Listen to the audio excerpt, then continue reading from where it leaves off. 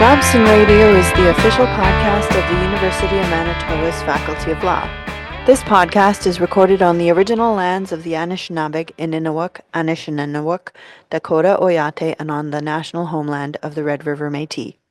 This podcast comes to you from the MLT Aikens classroom at Robson Hall and was created using equipment kindly sponsored by MLT Aikens.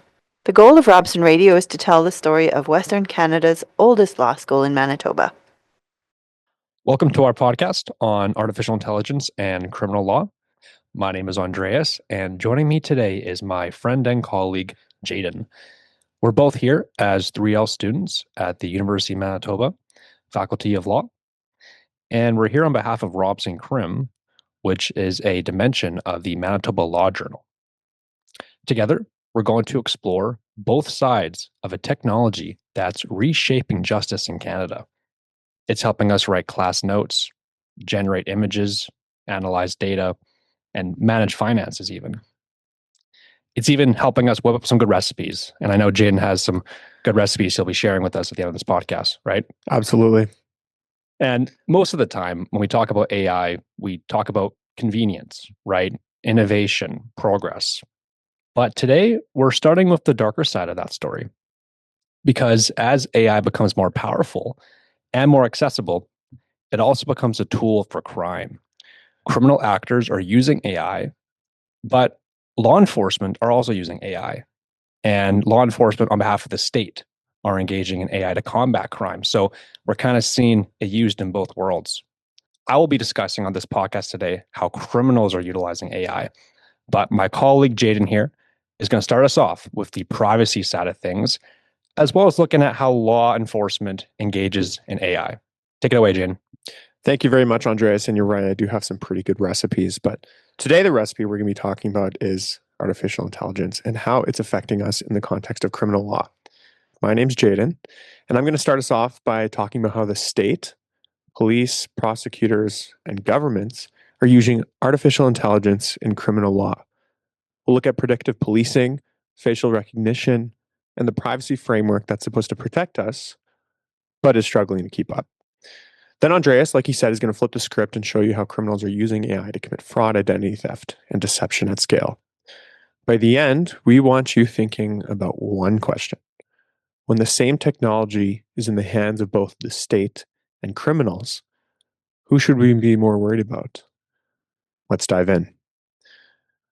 Before we dive into what police are actually doing with AI, we want to understand the legal framework that's supposed to stop them from going too far. In my opinion, privacy and our desire for it and how it could be breached is ultimately the reason there's tension and uncertainty with the state's use of emerging technologies. But thankfully, here in Canada, privacy is a legal right. Now, here in Manitoba, we're actually one of only 5 provinces with a statutory tort of invasion of privacy. Section 2.1 of Manitoba's Privacy Act says you can sue someone who, quote, substantially, unreasonably, and without claim of right, end quote, violates your privacy. Now, just 2 years ago, in 2024, Manitoba became one of only 2 provinces to tackle AI-generated intimate images with a newly amended version of the Intimate Images Protection Act, or IIPA. Federally, we have PIPEDA, which is the Personal Information Protection and Electronic Documents Act. Whoa, that's a long one, isn't it, Andreas? Oh, a mouth breather. Yeah, these acts sometimes get real long. But this act, instituted in 2000, governs how businesses handle your data. Here's the problem. There's still no comprehensive federal law specifically regulating AI. And as you can imagine, with it being passed in 2000, it's a little bit outdated. Now, the Trudeau government proposed ADA, which is the Artificial Intelligence and Data Act, back in 2022. It claimed to create real oversight and real enforcement, but it got stuck in the legislative process. It was criticized for being too vague, and then Parliament dissolved. So right now, we're operating without a comprehensive AI framework. What do you think about that, Andreas? Makes me feel uneasy. Yeah, absolutely. It feels like with AI being in all the news everywhere we go, it feels like we need something to protect us here. Now, when it comes to police specifically, us Canadians, we do have protections. Section 8 of the Charter protects us from unreasonable search and seizure. That means police can't breach your privacy without legal authorization. Specifically, a breach must be carried out in a reasonable manner and justified under specific circumstances. If these conditions are not met, the breach of privacy may be deemed unlawful. Now, the Supreme Court of Canada has been clear about this. In R.V. Silvera back in 1995, they said your home is where you have the highest expectation of privacy. And in digital cases like 2010's R.V. Morelli and 2017's R.V. Maraca, the SEC extended that protection to electronic communications like IP addresses, text messages, and stored digital content. Andreas, I'm wondering if you saw the Super Bowl ad with Ring that claimed to find lost dogs. I did not see that. I didn't know Ring did that. I know that Ring is obviously well known to, capture video surveillance of your home. But tell us more about this, Jayden. So there was a Super Bowl ad made by Ring. I'm sure you've walked up to some doors that has this doorbell on it. It films you, and it's claimed to protect security. But I'm just thinking, it just popped in my mind with R.V. Silvera being published back in 1995, which said your home is the highest expectation of privacy. A lot has changed in 31 years.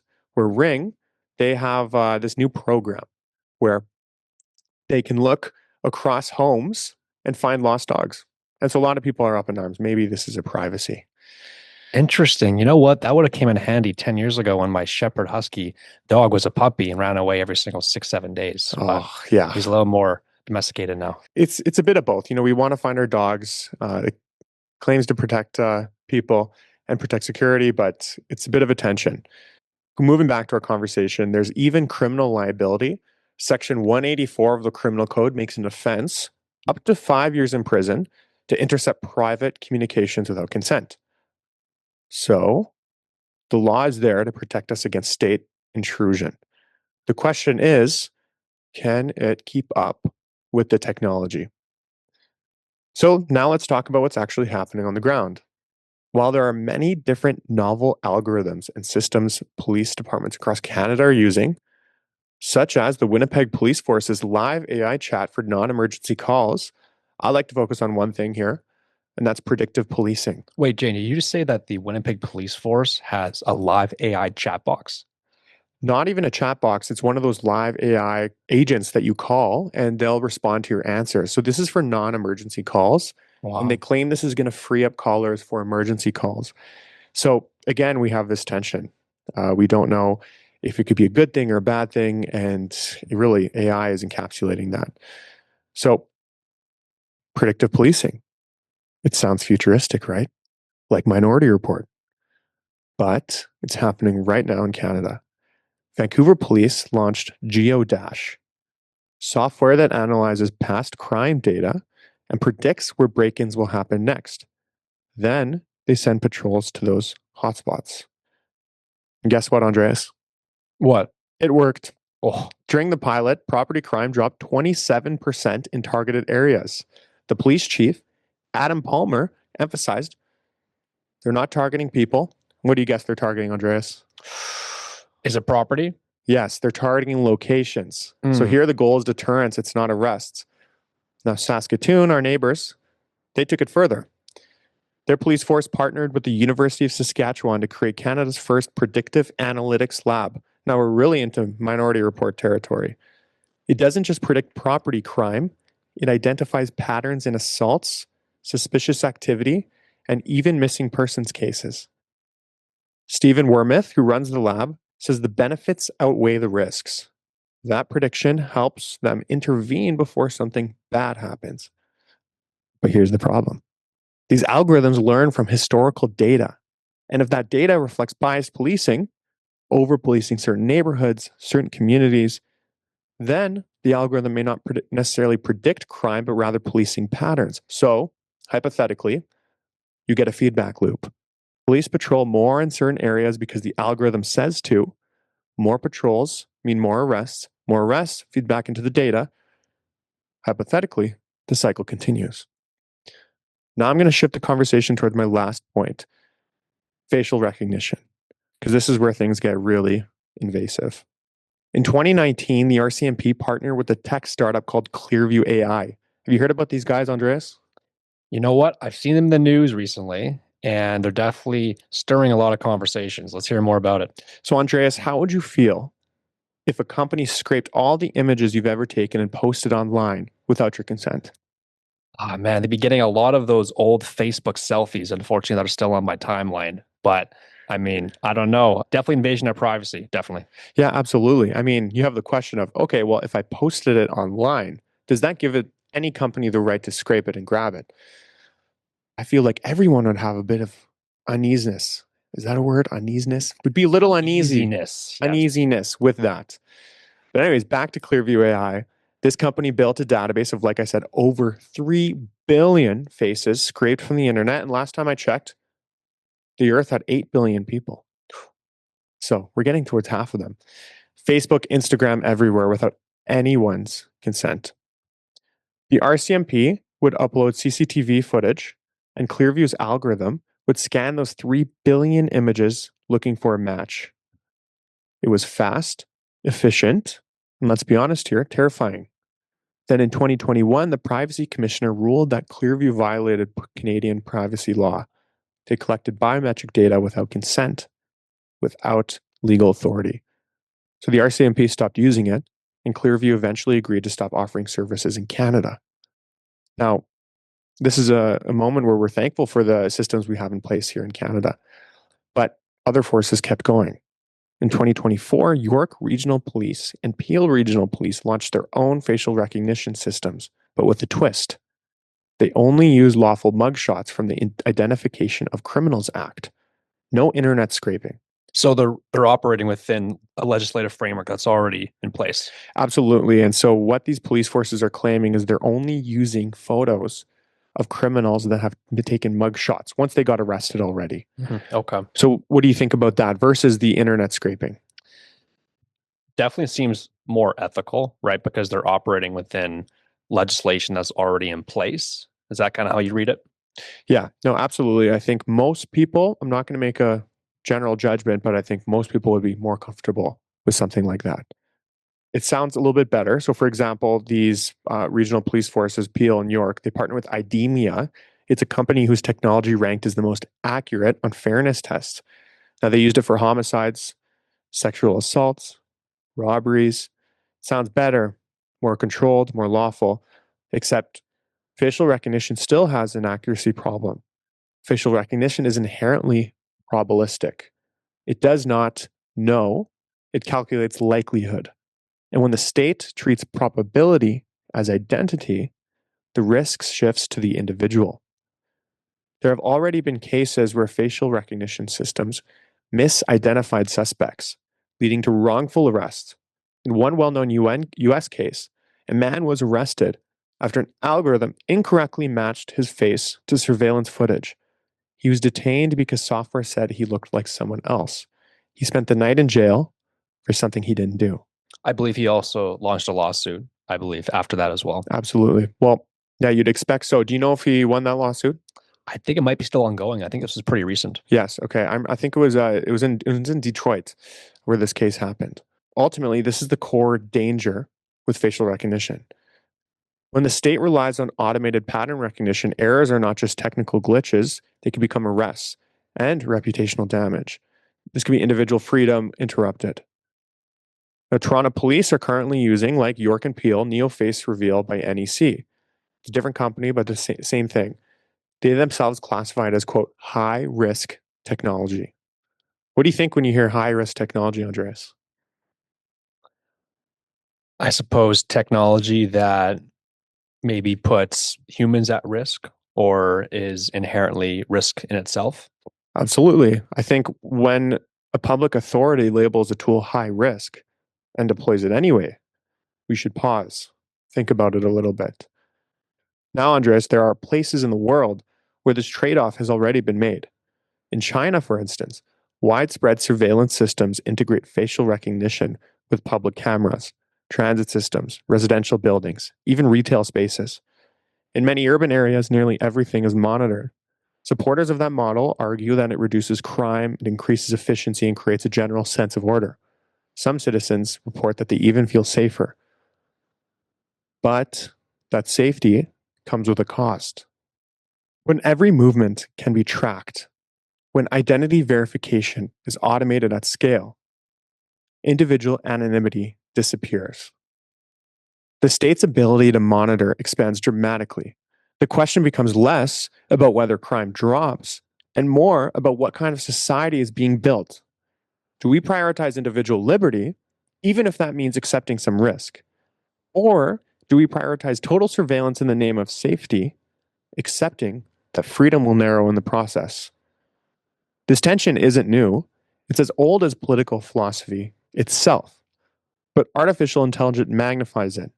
What used to require manpower and paperwork can now be done instantly, invisibly, and at scale. So the issue is not whether facial recognition is accurate. It's whether we are comfortable normalizing a system where the state can scan, match, and catalog faces continuously, even if it promises restraint. Because history suggests that when states acquire powerful tools, they rarely use them less over time. This is about how much freedom we're willing to trade for the feeling of security. It's not just about crime detection. So that's how the state is using AI. Predictive algorithms, facial recognition, risk assessment tools, technology that's supposed to make us feel safe, but raises some questions about privacy, bias, and accountability. So now I'm going to hand it over to Andreas, who's going to show you the other side of this equation. Andreas? Yes, thank you, Jayden. That was excellent. And it's interesting when you talk about that trade-off, that tension between the individual liberty, the state intervention, the balance of safety. Makes me think of back in the day, riding motorcycles, when they brought in the helmets, some people stopped riding them, even seatbelts in cars, right? A lot of people were very, very against that. They didn't want any sort of rule directing their actions or their freedoms or their abilities. But, the trade-off is, of course, the safety and the ability to be safe. So yeah, definitely a tension that's as old as time and that we will see progressing in the future of AI. No, absolutely. I think being in a society itself is a game of trade-offs. John Locke, back in the day, he talked about this, is are we going to trade our personal freedom for protection from the state? And you go back to all these political philosophers, it's what are we trading? What are we keeping? Right. Yes. The classic Rousseau v. Locke dialect, that tension that's as old as time. Now, this portion of the podcast is going to focus more on how criminals are utilizing AI to engage in various offenses. Basically, the inverse of what Jayden was talking about here. And specifically, we'll be focusing on fraud and identity theft. Let's get started. Now, fraud and identity theft, these aren't new problems in Canada. They've existed for decades, and the criminal code has long treated them as serious offenses. The law is strict. Fraud is covered under Section 380 of the Criminal Code, and identity theft is covered under Section 402.2. And the penalties are significant. But the law was written for a world where crimes required human effort, right? Jane, I was doing some research before this podcast, and I found that the first Canadian criminal code, it was actually written in 1892, right? That's a world of horses and muskets and no internet. It's a completely different world. It's almost as if you went to a different alien universe where everything is different. And now we have AI that's just accelerating everything. So it's pretty crazy that we have laws still written back then that apply today.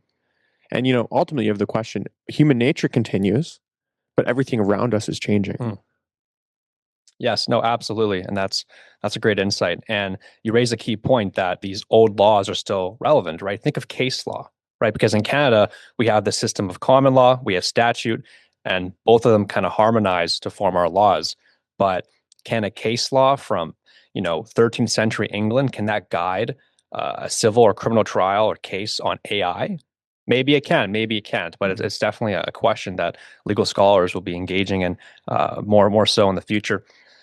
The bottom line is AI changes everything. It allows criminals to automate deception, right? To personalize it, to scale it, and more importantly, to make it feel real.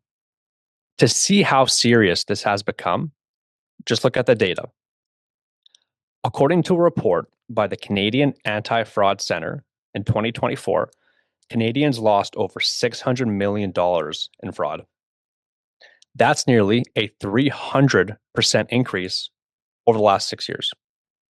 And those numbers, get this, are widely believed to be underreported. Most victims actually never come forward. Either they're embarrassed, they're unsure, or they don't realize until much later once it's happened. In fact, the Anti-Fraud Center estimates that this figure only represents 5 to 10% of total fraud losses in Canada. What's important to note here is that the rise in fraud is coinciding with a sharp rise in identity theft. These two are connected. In 2022 alone, the Canadian Anti-Fraud Center received 19,543 reports of identity theft. And that number has only continued to climb over the last several years. Now, Andreas, I don't know if you know or if our listeners know that there is a national do not call list. You could register your number. It's a government organization. You register your number, and what it does is it blocks telemarketing calls that are coming from within Canada. But as you said, this is such a widespread issue now where scammers are calling from outside of Canada and just redirecting it through a router that's in Canada.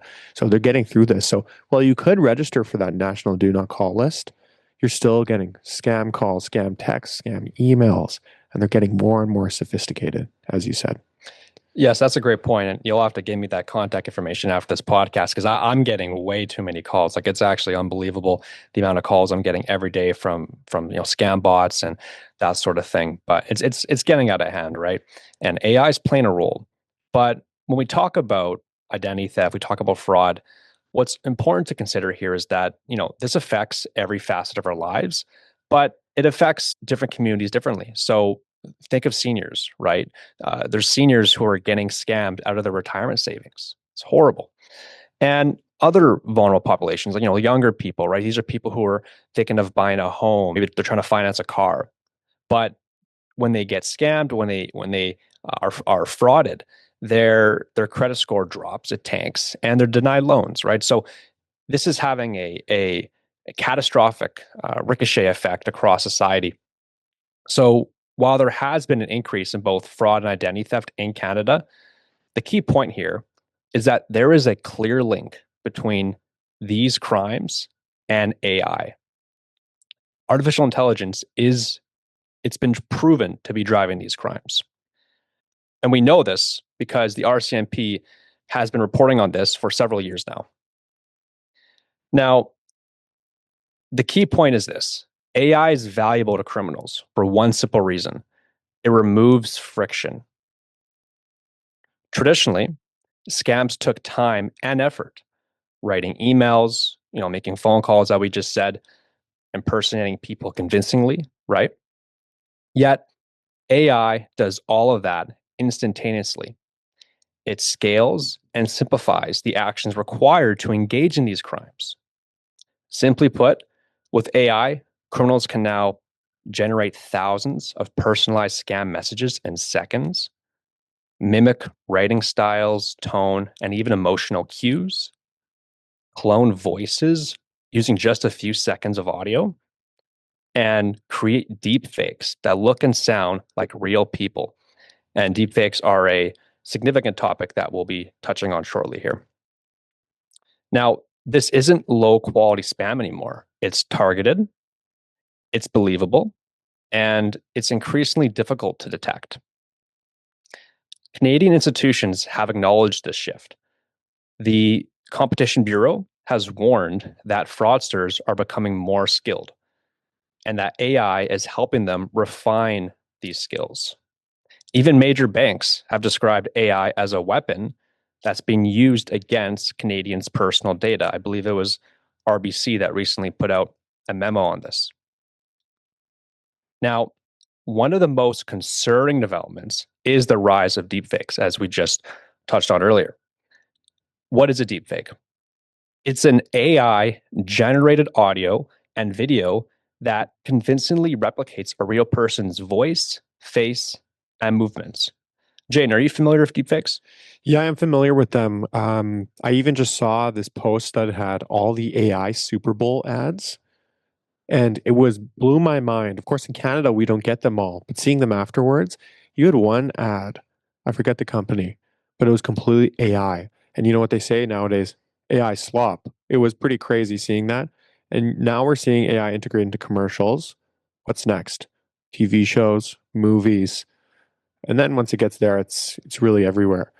And so it's not only deepfakes, it's becoming all the multimedia that we're consuming itself. It's really hard to tell what's real, what's not.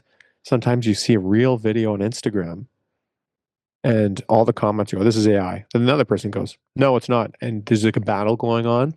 The tension is playing in front of our very own eyes. What's real? What isn't?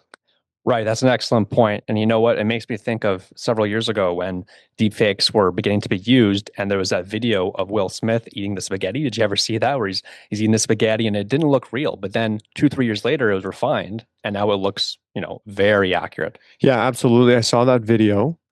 I think it's really indicative of what the advancement that we're getting with AI. And there's this belief in a couple of years we're going to get AGI, automated generative AI.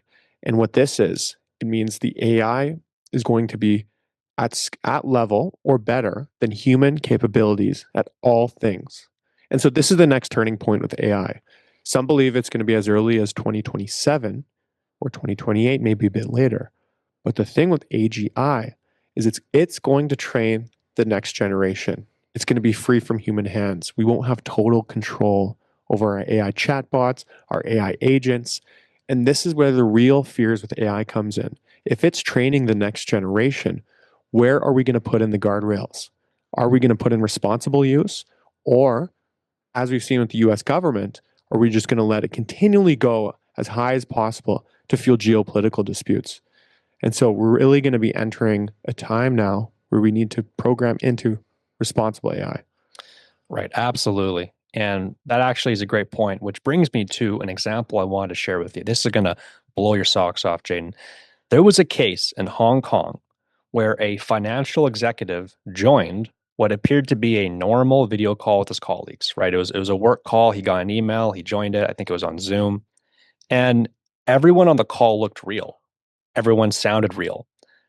But every single person on that call, including the CFO, was a deep fake. And the result was $25 million transferred to these criminals. Wow, that's unbelievable. It's incredible. It's truly unheard of and unprecedented. Now, we're also seeing examples in the UK where there have been reports of students using deepfakes during online university interviews to fraudulently gain admission. Now, I guess these are students who are somehow using deepfakes to, maybe come across more articulate or smarter or brighter in the interviews, but they're getting caught and then obviously not getting admitted. But isn't that just crazy to think of, Jane? When we applied for law school 2, 3 years ago, this was unheard of. Yeah, it's unbelievable. I mean, I don't think anyone is comfortable with the idea of gaming the system, especially when it's something as hard to get into as law school, med school, these different things that people try their whole lives to get into. Like I said, and I think with education as a whole, what we really need to do is be taking a step back and going into the past as we're going into the future. And I'm not trying to sound convoluted here. What I mean by that is I think, for example, with exams, we might have to go towards oral exams. We could go towards in-person written exams with a pen. Could you imagine that? Go into projects with partners. Things like this, where we could go back in the past where it's in person, it's with partnerships with others rather than remote exams. And I'm sorry for all students listening to this. I'm sure you don't like these things, but that's probably the direction in which I think we should go. Yes, the old and classic but never forgettable exam writing with the pen, the pencil, the paper, the eraser. Oh my goodness. I think the last time I did that was probably my first year of university before the COVID pandemic. I think maybe I wrote an exam in English class or something, or it might have been, Greek mythology. I think the exam was a pencil, pad, paper, and eraser kind of thing. But no, it's certainly changed over the years. And, with school going online, with the pandemic, and now in the digital age. We've seen that being eroded. But now you raise a great point that, the circle of life might bring it back. Yeah, absolutely. Now, regarding these examples of deepfakes, what's important to note is these examples, they do matter because they highlight something bigger than just financial loss. AI-driven crime doesn't just steal money, it erodes trust. When voices, faces, and videos can no longer be taken at face value, the foundation of digital interaction starts to crack. Experts are already predicting that traditional identity verification systems won't even be reliable on their own in the near future. In fact, a 2024 Gartner report predicted that by 2026, which is this year, 30% of enterprises will no longer consider identity verification and authentication solutions reliable in isolation due to deepfakes. Now, when I hear that, Jane, I'm just totally shocked because think of, on our phones, every single app we use has authentication, right? All of them. If you could think about like the facial recognition, even there's just so many different ways. And now we're talking about how criminals are using, how the state is using, but it's just unbelievable how your identity can be stolen. And we think about, oh, we're safe with 2FA, two-factor authentication. Well, with the growth of AI, I'm sure that they're going to be able to get around that as well. So there's just a lot of things to be aware of now, more than ever before. Are we going to see 3, 4, 5-factor authentications in the future? Could you imagine that? You want to log on to your email, send a quick email, and you have to get a text to your phone, an email to another email, maybe your authentication app. Maybe they'll have to go back and send mail. It is baffling what is in store. But now this is where the real challenge lies. Canada's criminal law, it is strong. But as we discussed on this podcast, it wasn't written with AI in mind. And the bottom line is the law on fraud, it assumes human deception, right? The law on identity theft, it assumes human misuse of information. But AI introduces all this uncertainty, right? So who is responsible when an AI system is used to deceive, right? What level of intent matters when tools are automated? And how do you regulate technology that evolves faster than legislation? So, as my colleague Jayden referenced, Canada has attempted to address this gap. It's tried to, counteract these effects of AI with the legislation of IDA, but unfortunately, that legislation died when Parliament was dissolved, and as Jayden noted, it got a lot of scrutiny, didn't it? Yeah, absolutely. It was criticized that it did not consult stakeholders. It was also criticized for being extremely vague. And so, on one hand, I might be even happy that it didn't pass, but on the other, it makes me think that we really need something. We do need an AI framework. If you go to Europe, they have the Data Act and the AI Act, but we have nothing in place here. As I spoke about, we have strong privacy legislation, things that protect us. But really, the question that is surrounding us here in this conversation is, can our legislation keep up? And right now, I'm not so sure.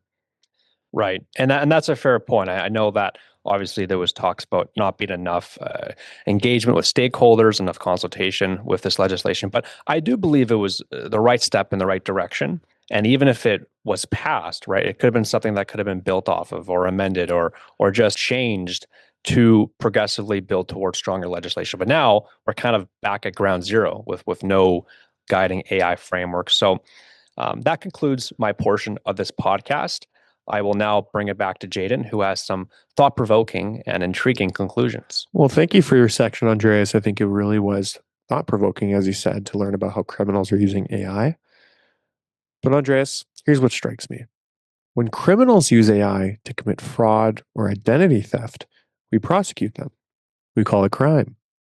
But when the state uses AI to predict who might commit a crime or scan millions of faces without consent, as the RCMP did, we call it public safety.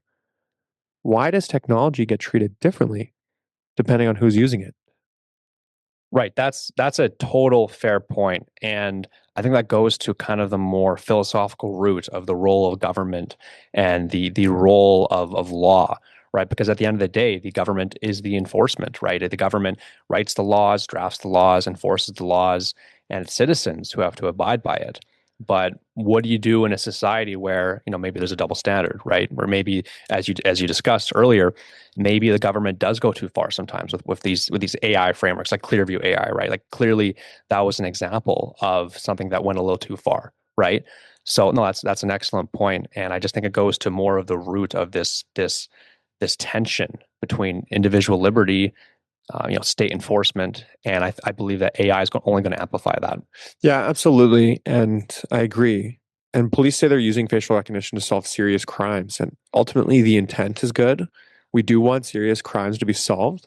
I was just watching a documentary the other day about someone wrongly imprisoned in Canada.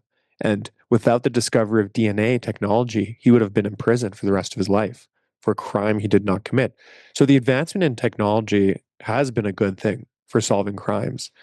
But when the effect can be mass surveillance and discriminatory misidentification, do we regulate based on what they mean to do or what actually happens?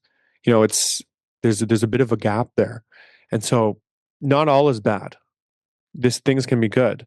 Like I said, the advancement of technology has really brought some amazing things for solving crime, but there is a tension there between privacy and solving crime. What do you think, Andreas? No, yes, absolutely, and I think that's a great point. And I think if you look at just the Canadian legal framework as a whole, right, like this goes back to the original point of a lot of these documents, a lot of the laws, they are old in the sense that they were made, several decades ago, even several centuries ago. But what's interesting about our common law system is that it can evolve. The classic living tree doctrine, right? We know that the Canadian constitutional order is flexible, and it'll be very interesting to see in the next 5, 10, 15 years where this goes, right? Where the Supreme Court of Canada goes, right? Where the courts go, even the lower courts, where provincial legislation goes, right? And where federal legislation goes. Yeah, I completely agree, Andreas. This is a really amazing time. I know we're talking about the dangers and things to be fearful about, but it is a good time to be aware. Now, look, I don't think Canada is facing a crisis of malicious intent. Police aren't trying to build a surveillance state. They're trying to solve crimes, protect people. I get that. But we are facing a crisis of unexamined intent, or shall I say, unexamined tension. How much freedom do we want to give for safety? Where does the sliding scale stop? Like I said, I don't want to fearmonger. AI truly poses some benefits to society as well. When we let algorithms decide where to patrol, who to investigate, who gets bail, we're not making policing more efficient. We're replacing judgment with prediction. And when prediction replaces judgment, accountability diffuses. Criminal law is built on attribution. Someone did something wrong, and we hold them responsible. But technology erodes that, erodes attribution quietly. Andreas talked about criminals using AI episodically. Individual fraud cases, specific scams, those are prosecutable. We can point to a person and say, you did this. But when the state uses AI, it's systemic, it's permanent, it's infrastructure. And that asymmetry, that's the real risk. We all want to feel safe, but we also want to feel private. Because once we build these systems, once we normalize them, they don't go away. And by then, it might be too late to ask whether we should have let them in the first place. And that will conclude our podcast today. Thank you for listening. Thank you so much, Jane. That was really, really an excellent conversation. Thank you, Andreas, and I appreciate you all joining. And stay tuned for our next podcast. Yes, stay tuned.